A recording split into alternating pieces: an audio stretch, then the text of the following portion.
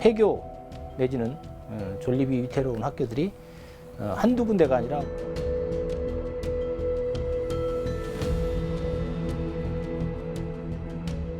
막 이 주위의 사람들이 지금 막 상당히 지금 막 신경이 날카로워져 있는 거예요.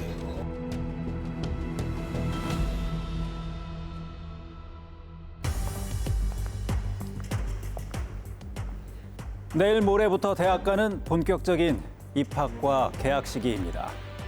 특히 이맘때면 대학 캠퍼스는 청운의 꿈을 꾸는 신입생들로 희망찬 봄을 맞이하곤 했습니다. 하지만 몇 해 전부터 지역 대학들에서는 이런 풍경을 보기가 어려워졌죠. 학생 수가 줄어들면서 지역 대학들이 신입생 모집에 어려움을 겪고 있고 그 추세가 더욱 심각해져 줄줄이 폐교 위기까지 이어지고 있습니다. 과연 우리 지역 대학의 사정은 어떤지 이럴수 이슈에서 점검해봤습니다. 2월 1일 정부는 제1회 인재양성 전략회의를 열었습니다.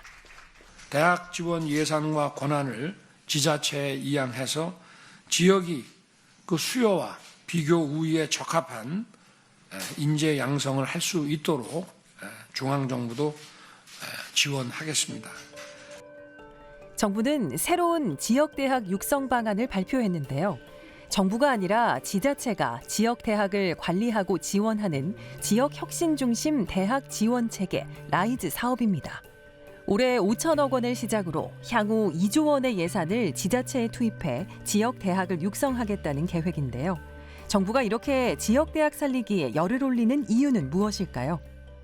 우스갯소리로 벚꽃 엔딩이라고 해서 벚꽃 피는 순서대로 대학이 망할 것이다 이런 얘기가 있었는데, 그러니까 수도권에서 멀수록 그 심각성이 더 심하고 수도권에 가까울수록 그래도 아직은 조금 덜한 그런 상황이긴 한데, 이게 이제 원인은 인구 절벽, 그 학령 인구 감소 때문이고 대학 입학 정원이 약 55만 명 정도 되는데 수능 응시자들이 한 45만 명밖에 안 돼요. 이런 식으로 계속하면 이제 폐교 내지는 존립이 위태로운 학교들이 한두 군데가 아니라 우후죽순으로 나타나게 되어 있다. 2023학년도 대입 수시 모집 전형에서 비수도권 4년제 대학에 합격하고도 등록하지 않은 수험생이 3만 4천여 명에 이르는 것으로 집계됐습니다. 지역대학에 입학하는 학생이 현저히 줄어들면서 학교들은 존폐 위기를 겪고 있습니다. 가장 큰 이유는 출산율 저하, 학령 인구가 대학 입학 정원보다 적어진 겁니다. 그렇다면 우리 지역은 얼마나 심각할까요? 먼저 대전, 세종, 충남에는 일반대와 전문대, 특성화대학을 합쳐 모두 39개의 대학교가 있습니다. 이 가운데 대전에만 무려 15개가 있는데요. 지난해 우리 지역 대학들의 입학생 충원율을 보면 4년제 일반 대학교 중 입학 정원을 채운 곳은 단 4곳. 대다수의 대학은 정원을 채우지 못했고 심지어 3개 대학은 입학 정원의 절반도 채우지 못했습니다. 지역 대학의 입학생 부족 현상은 올해 대학 입시에서도 마찬가지로 이어질 전망인데요. 수도권의 한 입시학원에서 올 2월까지 신입생 충원율을 추정한 자료에 따르면 우리 지역 대학 가운데 H대학은 정원의 44%가 미달됐고 G대학은 29%, C대학은 26%나 미달된 것으로 나타났습니다. 실제 대학들의 상황은 어떨까요? 지난해 입시에서 입학 정원의 30%가 미달됐던 충남 논산의 한 대학교를 찾았습니다. 3월 2일 입학을 앞두고 막바지 신입생 추가 모집에 박차를 가하고 있었는데요. 전교생에게 4년 전액 등록금과 해외 대학원 지원 등의 파격적인 혜택을 주고 있지만 입학생 모집이 쉽지 않은 상황, 학교 경영도 어려워지고 있습니다. 코로나19로 인해서 20학년도, 21학년도, 22학년도 같은 경우에는 절반의 수치밖에 안 됐지만은 이번에는 코로나가 조금 풀리고 그리고 저희가 혁신 교육을 통해서 많이 늘어난 부분도 있지만 아직 정원에 비해서는 100% 충원을 하기가 어려운 상황입니다. 개강이 코앞인데도 수업 정원이 차지 않아 학사 일정도 차질을 빚고 있습니다.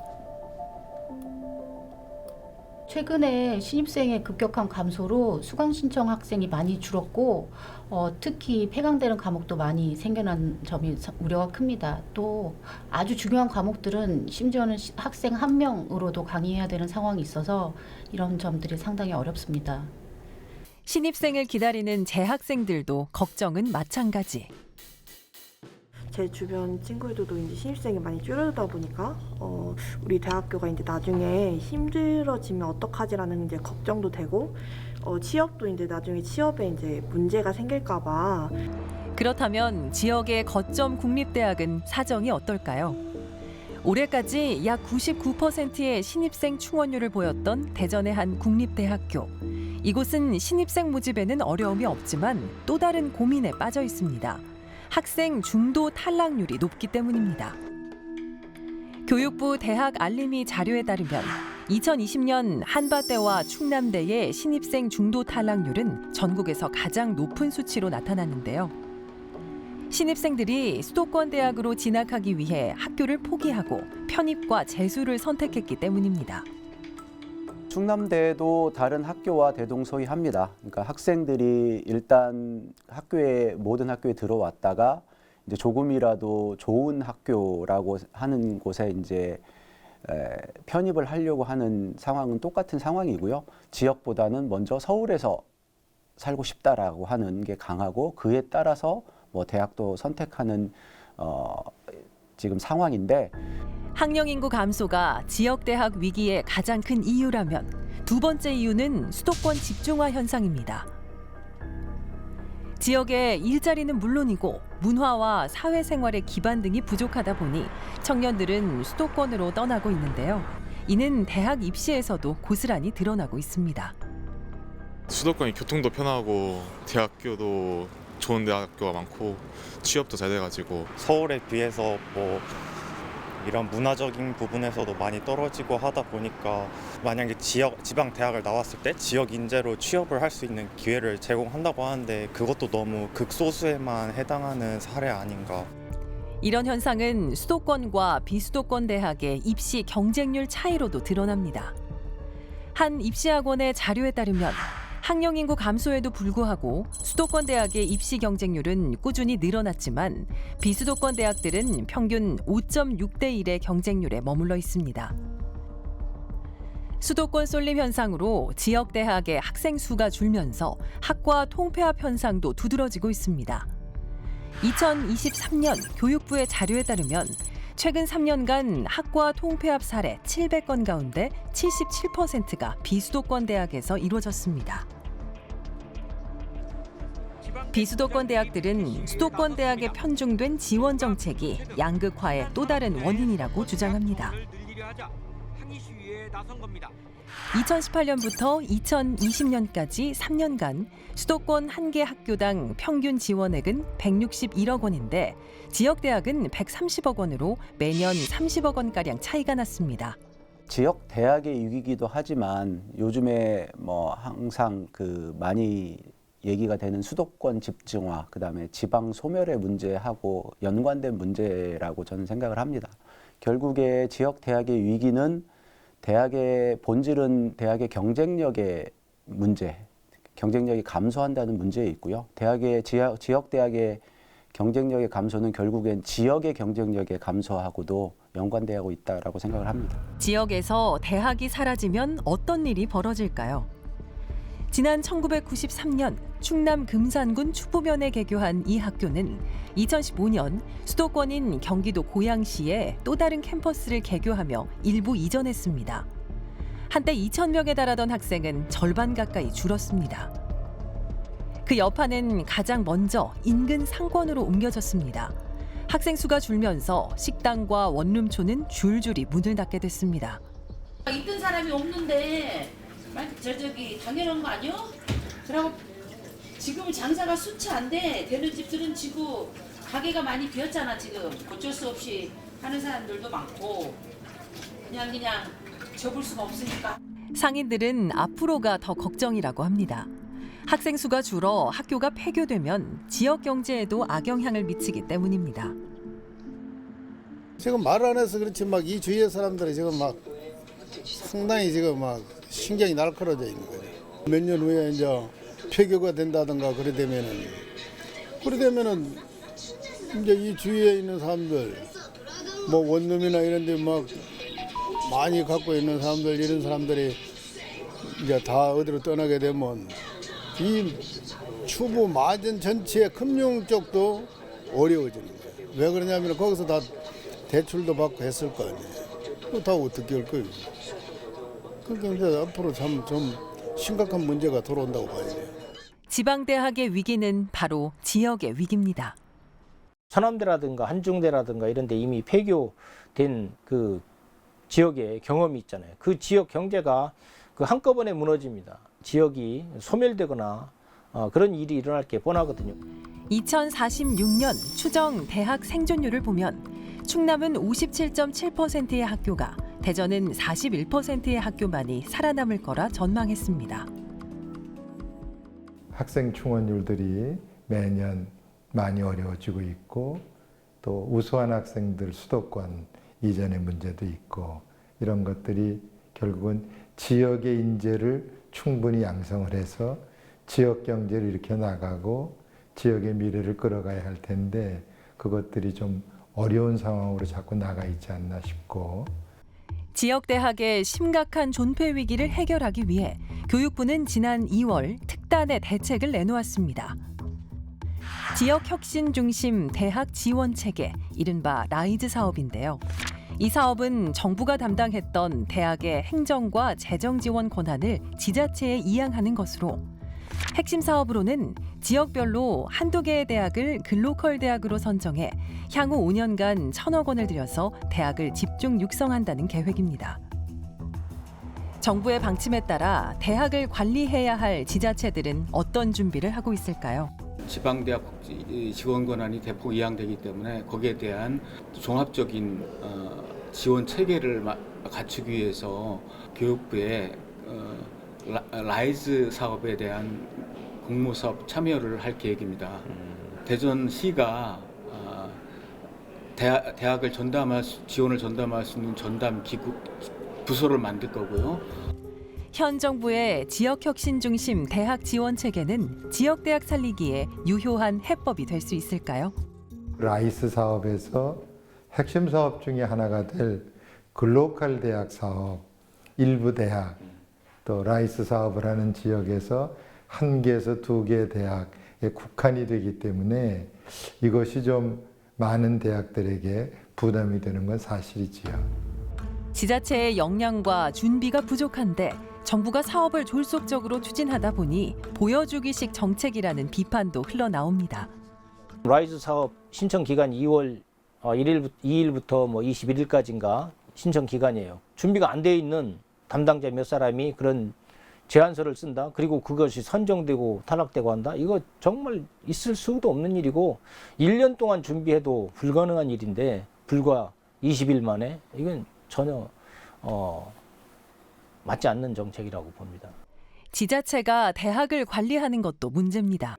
지자체에다 떠넘기고 지자체에 잘 보여서 타서 써라는 건데 지자체 장들은 선거로 당선되는 사람들이잖아요. 그래서 선거 구민 또 그 영향력 이런 것들을 고려해서 재정 배분이 될 가능성이 많고 또 제대로 평가를 해서 뭐 어떤 지역 발전을 위해서 재정을 쓸 만큼 전문성이나 그런 식견이 지자체에 있질 않아요. 지역대학 살리기는 국가 균형 발전을 위한 중요한 과제입니다. 하지만 지금까지 지역대학 정책은 정부가 바뀔 때마다 매번 바뀌어왔습니다. 교육은 백년지 대계인 만큼 장기적인 관점으로 정책을 수립해야 합니다. 지역대학 살리기를 위해 어떤 정책이 필요할까요? 지역 소재 대학은 교수진과 같은 훌륭한 인적 자원을 보유하고 있을 뿐만 아니라 넓은 부지, 건물 같은 훌륭한 시설들을 많이 가지고 있습니다. 핵심은 대학이 현재 보유하고 있는 인적 자원과 물리적 자원을 지역사회를 위해 어떻게 활용할 것인가 하는 점입니다. 그래서 대학과 지역이 하나의 운명 공동체로 긴밀히 묶여서 협력해야 할 것입니다. 또한 또한 지역의 학생들이 대학에서 공부하고 다시 지역에 머물 수 있도록 지자체가 힘을 보태야 할 것입니다. 고급 일자리를 학생들에게 확보해주고 그다음에 지역에서 자신들이 행복하게 살 수 있다고 하는 이런 만족도를 가질 경우에는 그 문제가 해결이 될 텐데 지역 인재 할당제를 통해서 지역에서 졸업한 학생들에게 기회를 주는데 그것이 좀 더 넓어졌으면 좋겠다. 벚꽃이 지는 순서대로 사라질 위기에선 지방대학. 지방대학의 위기는 곧 지역의 위기입니다. 지역 소멸의 시계가 점차 빨라지고 있는데요. 이제는 장기적이고 다각적인 대학 지원 정책이 필요합니다. 수도권의 한 입시학원에서 집계한 바에 따르면 우리 지역 대학에서 정원이 채워지려면 약 1,900여 명의 입학생을 추가 모집해야 한다고 합니다. 하지만 대부분 대학이 학생 수 부족과 수도권 이탈로 이번에도 정원을 다 채우기란 어려울 것으로 보입니다. 지역의 청년이 사라지면 지역은 활력을 잃고 성장 동력을 잃게 되죠. 전문가들은 지역 대학의 위기는 지역 소멸의 전조 현상이라고 경고합니다. 교육은 백년지대계라고 하지만 지금까지 교육 정책은 새 정부가 들어설 때마다 바뀌면서 5년짜리 계획이라는 자주 섞인 비판도 들려옵니다. 이제라도 장기적이고 실효성 있는 대책을 고민해야 할 것입니다.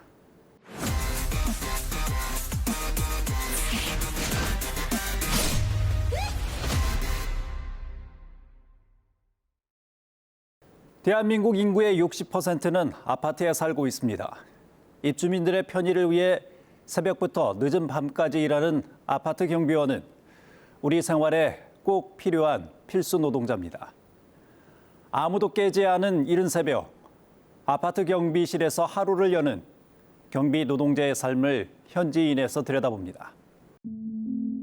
최저임금은 또 올라간다 하고 관리비도 올라가다 보니 최근 한 2년간에는 100명씩 감소했었어요. 옆에 아파트에서 보면 우리 아파트에서 한 명 더 줄여볼까? 휴게시간 좀 늘려볼까? 하고 더 줄이고 사실 지금은 저희가 표현하는 것은 마른 걸레를 쥐어 짜고 있다라고 표현을 하고 있는데 저는 경비 노동자 현태봉이라고 합니다.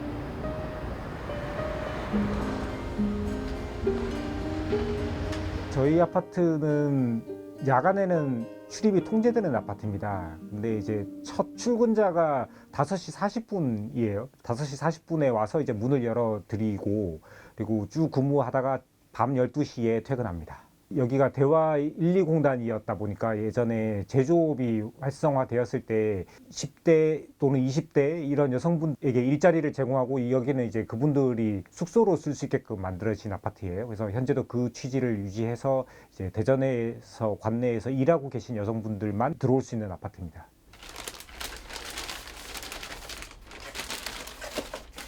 복장이 저희는 자유복장으로 근무하고 있어요. 논의된 바는 있는데 여기서 일하고 계신 분들이 그냥 자유복장으로 편하게 일하고자 원했었어요. 그래서 그거를 그냥 그대로 받아서 계속 자유복장으로 근무하고 있습니다.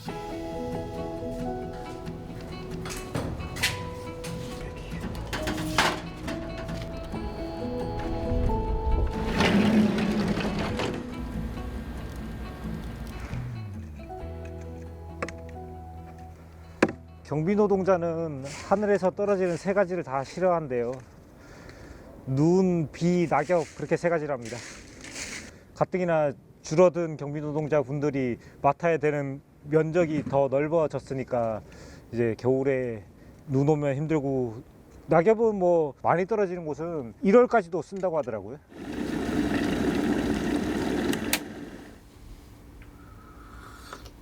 여기서 쉬면서 일합니다. 그냥 일하고 뭐 알아서 쉬고 입주민분들 오시면 그분들 이렇게 상담하고 뭐 몸은 조금 그래도 마음 편하게 여기서 그냥 있는 거죠. 아마 대부분의 경비 노동자들이 이런 형태일 겁니다.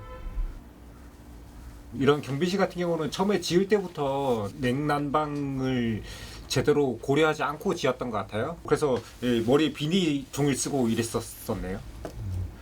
뭐 이렇게 꽁꽁 싸매고 내복도 입고 이렇게 있었습니다.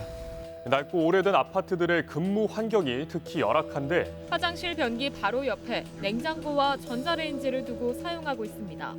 반지하로 구불구불 난 통로를 따라가면 휴게시설이 나옵니다. 빈 공간에 커튼을 쳐놓고 외부에서 호스로 물을 끌어와 샤워장으로 쓰고 있습니다. 환풍 시설도 없어 습하고 악취까지 풍깁니다. 노동조합에서 조사를 좀 했었는데 작년 한 해만 하더라도 10곳 중에 한 2-3곳 정도는 냉난방 시설이 없는 곳도 있었고 있다 하더라도 좀 열악하거나 또 그것을 쓰기도 좀 조심스럽고 관리비를 걷어서 내는 거다 보니까 경비 노동자분들이 좀 있어도 잘 못 트는 경우가 있다라고 알고 있어요.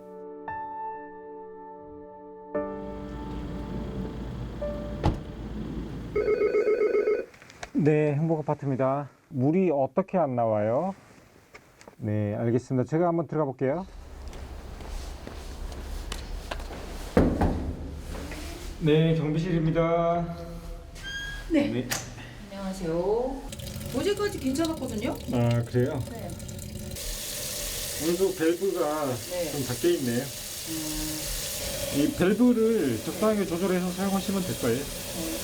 주세요. 네, 고맙습니다.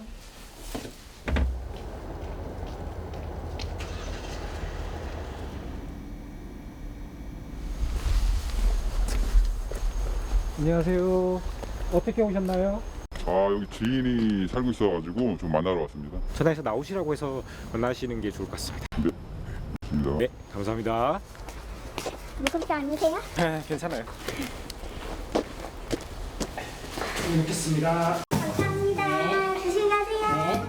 수도 교체라든지 뭐 싱크대 뚫는 거, 뭐 자변기 뚫는 거, 실내 자전거 조립이 어렵다고 자전거 조립 도와달라 이런 거. 대표적으로 층간 소음과 흡연을 예로 들면 저희가 사과를 해야 되는 경우가 생겨요. 네. 뭐 시설이 이러네요. 서로 조심해야 될 것 같아요. 이렇게 저희가 해야 되는 업무인 건 맞습니다만 실제로 처리는 못하니 그냥 양측에다가 양해만 계속 구하고 있는 그런 상황이 생기더라고요.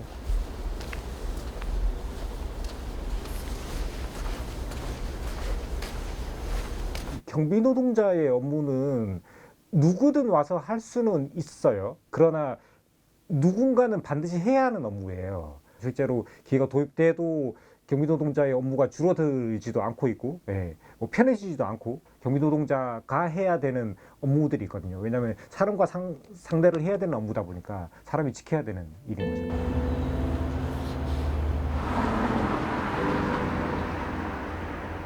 단기 계약이에요. 3개월짜리. 예전에는 6개월, 1년이 있었다면 점점 줄어드는 추세예요. 계약 기간이. 지금은 3개월이 보통인 것 같고요. 초단기 계약으로 가는 이유는 쉽게 해고하기 위함인 것 같아요. 1년으로 계약을 하면 그 기간 동안 계속 관계를 유지해야 되는데 단기 계약으로 해서 끊어놓으면 뭐 민원에 들어온다거나 좀 일을 좀 불성실하게 하는 것처럼 보이면 쉽게 해고할 수 있잖아요. 그래서 단기 계약을 하고 있는 것 같습니다. 결국은 어느 순간에는 경비노동자의 부하를 넘어서 버리면 그 피해는 입주민들에게 또 가거든요. 그런 것을 여기 근무하시는 분들은 원하지 않아요. 그래서 최소한의 유지를 좀 해주셔야 모두 상생할 수 있다. 이렇게 당부드리고 싶습니다.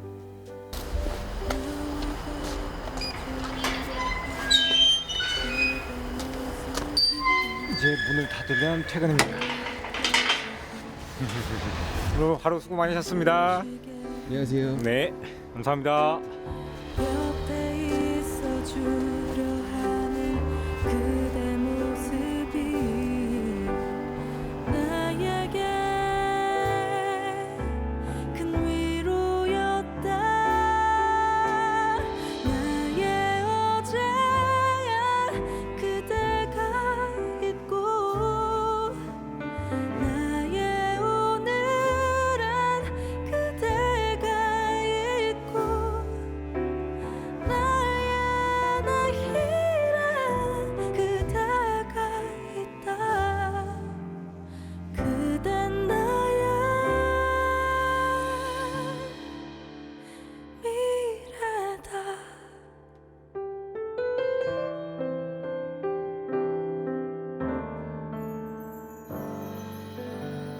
물가 상승과 함께 관리비가 오르면 경비원 몇몇 사람이 해고되곤 합니다.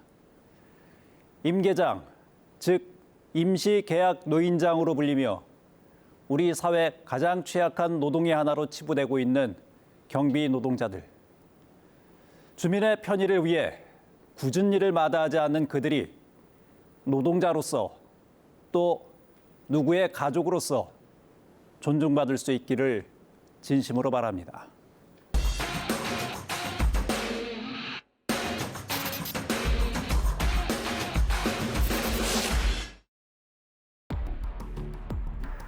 저희 시사인대세남은 지난 100회 방송에서 우리 지역 지자체 단체장과 지방의원들의 업무 추진비 사용 실태를 방송한 바 있습니다. 방송 이후 지역 시민단체를 중심으로 이들의 업무 추진비 사용 실태에 대한 비판의 목소리가 터져나오고 몇몇 부당 사례는 수사 의뢰되기도 했습니다. 특히 해외 연수 중 업무 추진비로 100만 원을 쓴 이재경 대전시 의원에 대해서는 대전 선관위가 조사에 착수했습니다. 업무 추진비를 대부분 집 근처 식당에서 사용하고 사용 목적과 대상도 불투명하며 심지어 해외 사용과 청탁금지법 위반 등 다수의 문제점이 지적이 됐지만 정작 대다수 당사자들은 기억이 나지 않는다거나 업무 추진비 규정 자체가 모호하기 때문이라며 문제의식조차 없는 반응을 보이고 있습니다. 공직자는 겨울 살얼음을 낀 내를 건너듯 사방을 두려워하는 마음으로 신중하게 처신해야 한다. 공과 사를 구분 못하며 업무 추진비를 아무런 문제의식 없이 마치 자신들 마음대로 써도 되는 특권처럼 여기는 공직자들을 일깨우는 다산 정약용 선생의 죽비 같은 말씀입니다. 저는 오늘 방송을 마지막으로 시사인대세남 진행자의 자리에서 내려옵니다. 비록 진행의 역할은 아니지만 앞으로도 저희 제작진들과 함께 더 나은 지역사회를 위한 시사 프로그램이 되도록 최선을 다하겠습니다. 시사인대세남 다음 주부터는 새로운 얼굴로 다시 찾아뵙겠습니다. 그동안 시청해주신 여러분 감사합니다.